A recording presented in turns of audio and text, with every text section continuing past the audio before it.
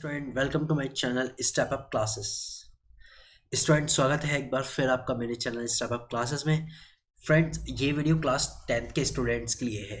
ये वीडियो मैंने बनाया है क्लास 10th के स्टूडेंट्स के लिए, और कुछ स्टूडेंट्स इसे लाइव देख रहे होंगे, तो मैं बता दूं आपका वेलकम है हमारे स्टेप अप क्लासेस की लाइव क्लासेस में। और ये वीडियो और ये जो आपकी क्लास चल रही है, ये क्लास 10th के स्टूडेंट्स के लिए है। क्लास 10th के स्टूडेंट्स को मैं बताना चाहूँगा, आज की जो हमारी ये क्लास है, ये चैप्टर नंबर 1 केमिकल रिएक्शन के बेस पे है। चैप्टर नंबर 1 है केमिकल रिएक्शन एंड इक्वेशन।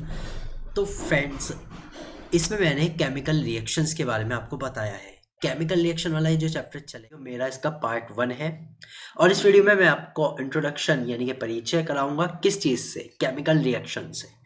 तो दोस्तों, ये जैसे कि पार्ट 1 आपको मैंने बताया, पार्ट 1 है, और इसमें जो हम कंसेप्ट क्लियर करेंगे वो होंगे केमिकल रिएक्शन। सबसे पहले मैं आपको बताऊंगा कि केमिकल रिएक्शन कहते किसे हैं, कैसे आप आइडेंटिफाई करेंगे केमिकल रिएक्शन होती क्या है।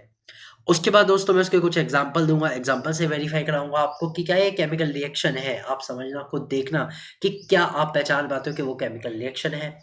उसके बाद मैं आपको बताऊंगा केमिकल रिएक्शन के दो सबसे महत्वपूर्ण चीजें, एक होता है रिएक्टेंट, दूसरा होता है प्रोडक्ट। इनमें क्या डिफरेंस है, कैसे पहचानेंगे कोई चीज रिएक्टेंट है या प्रोडक्ट है, उसको कैसे क्लासिफाइड करेंगे, और क्या एक रिएक्शन में ज्यादा रिएक्टेंट या प्रोडक्ट हो सकते हैं, ये भी जानेंगे। उसके बाद दोस्तों हम इसी पार्ट 1 को आगे बढ़ाते हुए देखेंगे आइडेंटिफिकेशन ऑफ केमिकल रिएक्शन। ये भी एक बहुत इंपॉर्टेंट पार्ट है कि किसी भी केमिकल रिएक्शन को हम आइडेंटिफाई कैसे करें। अगर कोई केमिकल रिएक्शन हुई है तो हो गई, लेकिन हम उसकी पहचान कैसे करें कि वो केमिकल रिएक्शन थी या नहीं।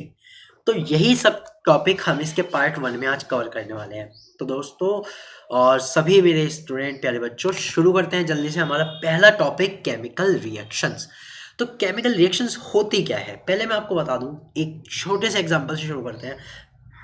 दोस्तों, आपने कभी एक क्रैकर्स आते हैं, पटाखे आते हैं, आपने कभी इस तरह का अनार जो पटाखा आता है उसको जलाया है? उसको जलाना, आपने कहा जी हाँ बिल्कुल जलाया है। उसमें क्या होता है, उसमें तो स्पार्कल्स निकलते हैं, बस इस तरह से स्पार्कल निकल जाते हैं और बहुत अच्छा सा लगता है, दिवाली के टाइम पे हम जलाते हैं।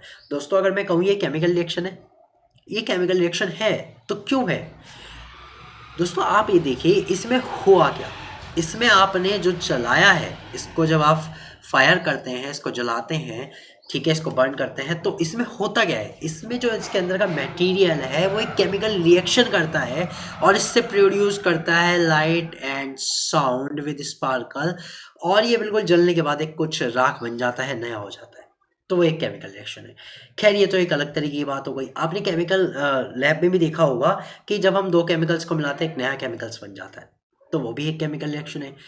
सो एक तरह से हम केमिकल रिएक्शन से घिरे हुए हैं। हमारे डेली लाइफ में इतनी केमिकल रिएक्शन हो रही है कि हमें पता भी नहीं लगता। एक बार मैं इसमें आपको क्लियर कराता हूँ। जैसे आप एक पेपर लीजिए, मान लो आपने एक पेपर लिया और आपने इसे फाड़ दिया, फाड़ने के बाद इसके दो पीस हो गए, आपने फाड़ दिया इसे, और इसी के साथ आप अगर एक पेपर और लेते हैं और इसको आपने लगा दी इसमें फायर, इसको आपने माचिस की तिल्ली से इसे फायर कर दिया, जला दिया, तो ये जल जाएगा। अब जलने के बाद क्या होगा, इसकी राख बन जाएगी, ऐसे ऐसे टुकड़े रह जाएंगे। तो मैं आपको बताऊं, आप मुझे बताइए कि इसमें से कौन सा केमिकल चेंज और फिजिकल चेंज है? यस, ये जो फर्स्ट वन है ये हमारा फिजिकल चेंज हुआ, और जो ये दूसरे वाला ये हमारा केमिकल चेंज है। ऐसा क्यों कहा आपने, ये फिजिकल और ये केमिकल है? तो फ्रेंड्स समझिए इस बात को। देखिए, जब हमने एक पेपर को केवल काट दिया या फाड़ दिया, कैंची से कट कर दिया, नाइफ से कट कर दिया, ब्लेड से कट कर दिया, तो इसमें पेपर जो है वो एज इट इज रहा, यानी पेपर का जो मेन स्टेट थी पेपर ही रही, वो पेपर था, तो ये अब भी पेपर ही रहा। तो ये तो एक फिजिकल चेंजेस में, यानी पेपर का जो कोई चेंज है नहीं हुआ, कोई उसमें कुछ नया नहीं बना, पेपर से कोई एरोप्लेन बन गया, उड़ नहीं गया। वैसे एरोप्लेन बनाओगे तो भी फिजिकल चेंज है, क्योंकि उसमें पेपर का जो मेन टेक्सचर है वो पेपर ही रहेगा। लेकिन यहाँ देखिए, हमने जब पेपर को बर्न आउट किया तो पेपर से हमारे पास एक नया सब्सटेंस बन गया जो ब्लैक कलर का है, और उससे वापस तो पेपर बनाना या किसी भी तरह से उसको वापस उसी रूप में लाना इम्पॉसिबल है। So these are the chemical change in which a substance form the new property and formed a new substance. So what are chemical reactions? Chemical reaction are the processes in which new substances of new properties are formed. So chemical reaction वो process है जिसमें नया substance बनता है नई property के साथ। In chemical reaction only a rearrangement of atoms of elements take place. तो दोस्तों ये ध्यान देना कि इसमें क्या होता है, इसमें केवल एटम्स का रीअरेंजमेंट हो जाता है और नए जगह पे वो आ जाते हैं, नए तरीके से वो जुड़ जाते हैं। Breaking off chemical bonds and the formation of new chemical bonds is responsible for the occurrence of chemical bond. अब देखिए दोस्तों, दो एटम है मान लो, वो किसी दो एटम से अलग अलग तरीके के एटम से जुड़े और एक नए टाइप के हम इसमें उनके पास हमारे पास सबस्टेंस बन गए, बिल्कुल ही अलग तरीके के। तो दोस्तों अगर मैं बताऊं आपको, आप यहाँ देखिए कि दो अलग अलग तरीके के हमारे पास एटम्स थे और दो नए तरीके के हमारे पास एटम्स बन गए, CND बन गए। तो हुआ क्या है, हुआ ये है कि इन दोनों के बीच का जो केमिकल बॉन्ड था वो टूटा, इन दोनों के बीच का जो केमिकल बॉन्ड था वो भी टूटा और नए तरह का केमिकल बॉन्ड बन के एक नए प्रोडक्ट्स बन गए हैं। तो ये चीज़ होती है केमिकल रिएक्शंस के अंदर। दोस्तों यहाँ पर एक रिएक्शन है बर्निंग ऑफ मैग्नीशियम रिबन, ये एनसीईआरटी का एग्जांपल है, एनसीईआरटी का एग्जांपल है। एनसीईआरटी में इसने बताया कि मैग्नीशियम रिबन को लीजिए, पहले से साफ कीजिए, बिकॉज इस पर कभी कभी ऑक्साइड की एक लेयर आ जाती है, तो आप सैंड पेपर लेके इसको थोड़ा सा रफ करके साफ कर सकते हैं। उसके बाद when you we burn this, जब हम उसे जलाते हैं तो ये एक डैजलिंग वाइट फ्लेम के साथ जलता है, डैजलिंग वाइट फ्लेम के साथ ही जलता है। और उसके बाद जलने के बाद इसकी वाइट पाउडर जैसे एक सबस्टेंस हमें मिलता है। वो जो वाइट पाउडर होता है फ्रेंड्स, वो मैग्नीशियम नहीं होता। ये रिबन तो मैग्नीशियम का है, लेकिन ये जो होता है वाइट पाउडर, ये होता है मैग्नीशियम ऑक्साइड का। तो मैग्नीशियम ऑक्साइड का पाउडर बनता है, यानी कि मैग्नीशियम ने जलने के बाद ऑक्सीजन से रिएक्ट करके मैग्नीशियम ऑक्साइड बनाया। अब यहाँ पर अगर हम देखें तो मैग्नीशियम एक अलग सबस्टेंस है, ऑक्सीजन जो हमें एयर से मिली वो अलग सबस्टेंस है, और दोनों ने आपस में मिलकर के एक मैग्नीशियम ऑक्साइड बनाया, मैग्नीशियम ऑक्साइड बनाया, जिसकी प्रॉपर्टी बिल्कुल अलग है इन दो से। तो दोस्तों हमें यहाँ ये समझना है, स्टूडेंट्स हमें ये समझना है कि यहाँ पर जो हमने पहले सबस्टेंस लिए थे और जो हमारा नया सबस्टेंस बना, उसकी प्रॉपर्टी पिछले वाले सबस्टेंस से बिल्कुल अलग होती है, नहीं होती है।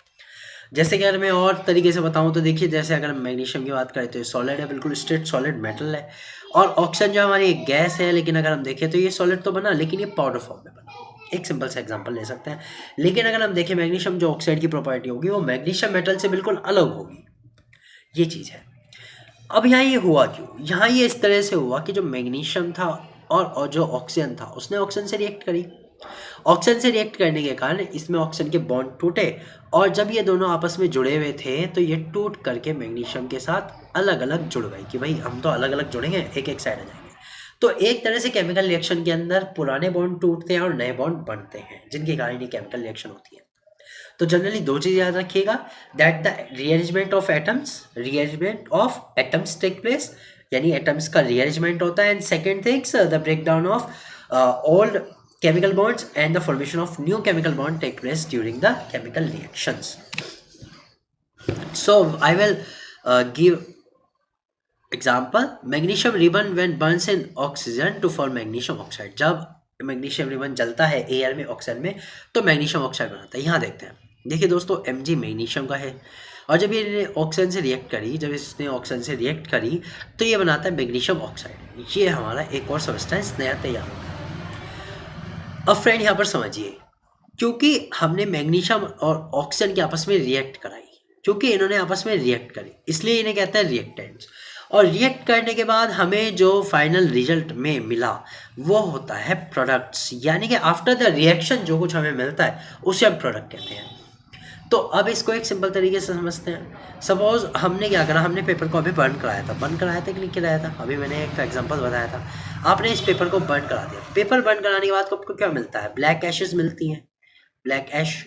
तो ब्लैक एश जो हुई है, उसकी जो राख हुई है काले कलर की, वो हमारा प्रोडक्ट होगा, और पेपर जो था वो हमारा रिएक्टेंट है, प्लस ऑक्सीजन भी उसमें रिएक्टेंट की तरह काम करेगा, क्योंकि ऑक्सीजन की प्रेजेंस में ही किसी चीज़ की बर्निंग होती है।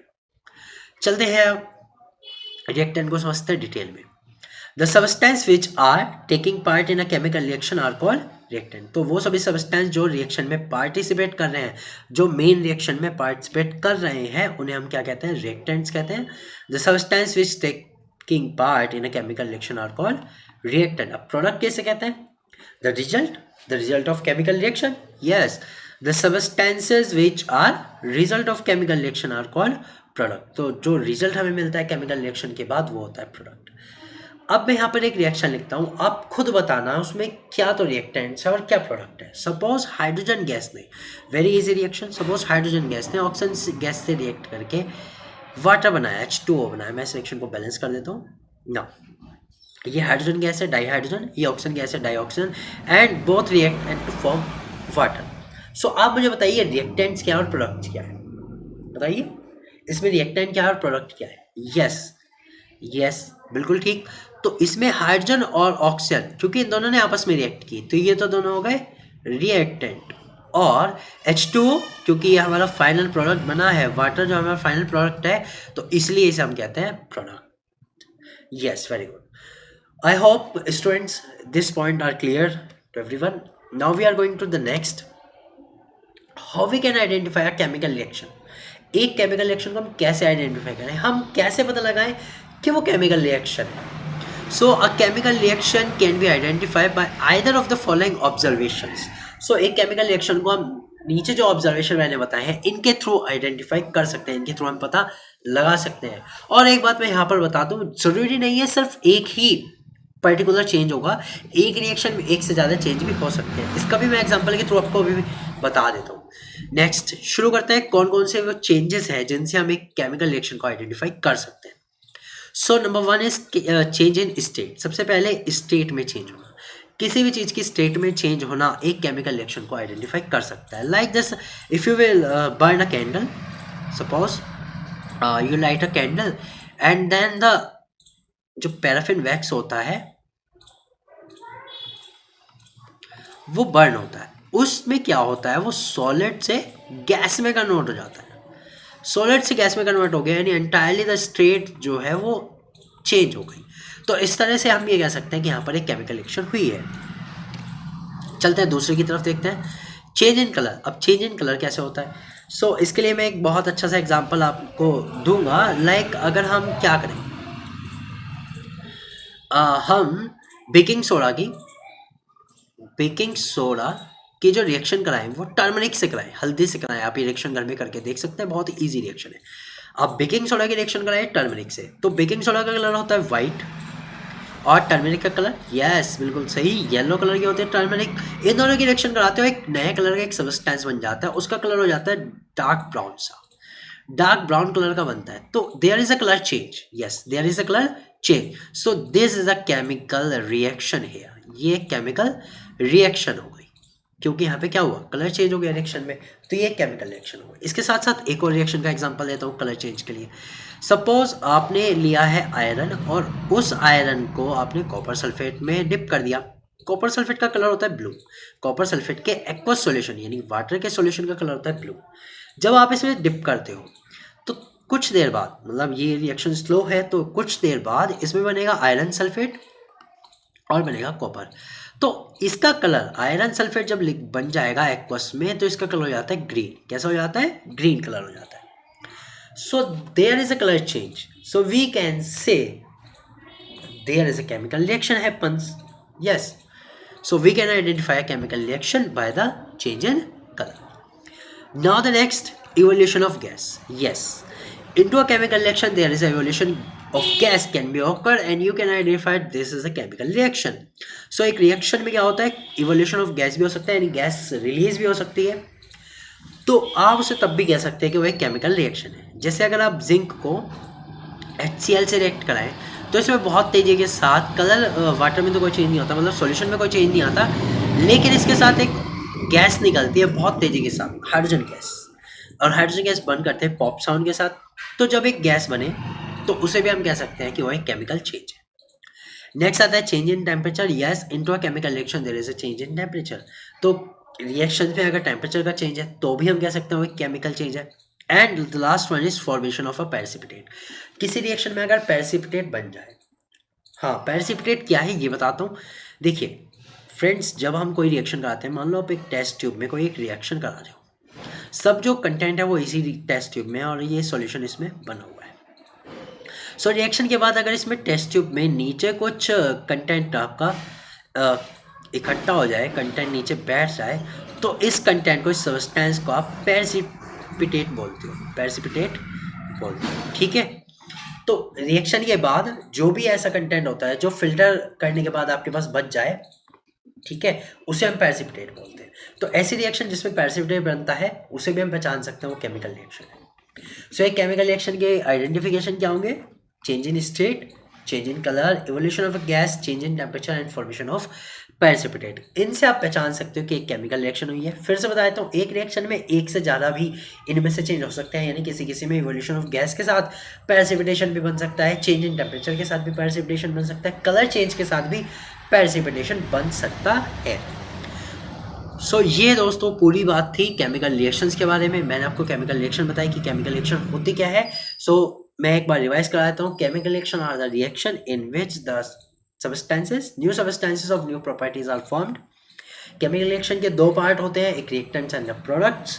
और केमिकल रिएक्शन को आइडेंटिफाई कर सकते हैं आप इन 5 चेंजेस से: change in state, change in colour, evolution of a gas, change in temperature and formation of a precipitate. That's it. So this was the part 1 we have completed here. Into the next part we are going to start type of chemical reactions. Be with us, हमारे साथ बने रहिए friends. मैं मिलूंगा आपसे अगली video में। Bye.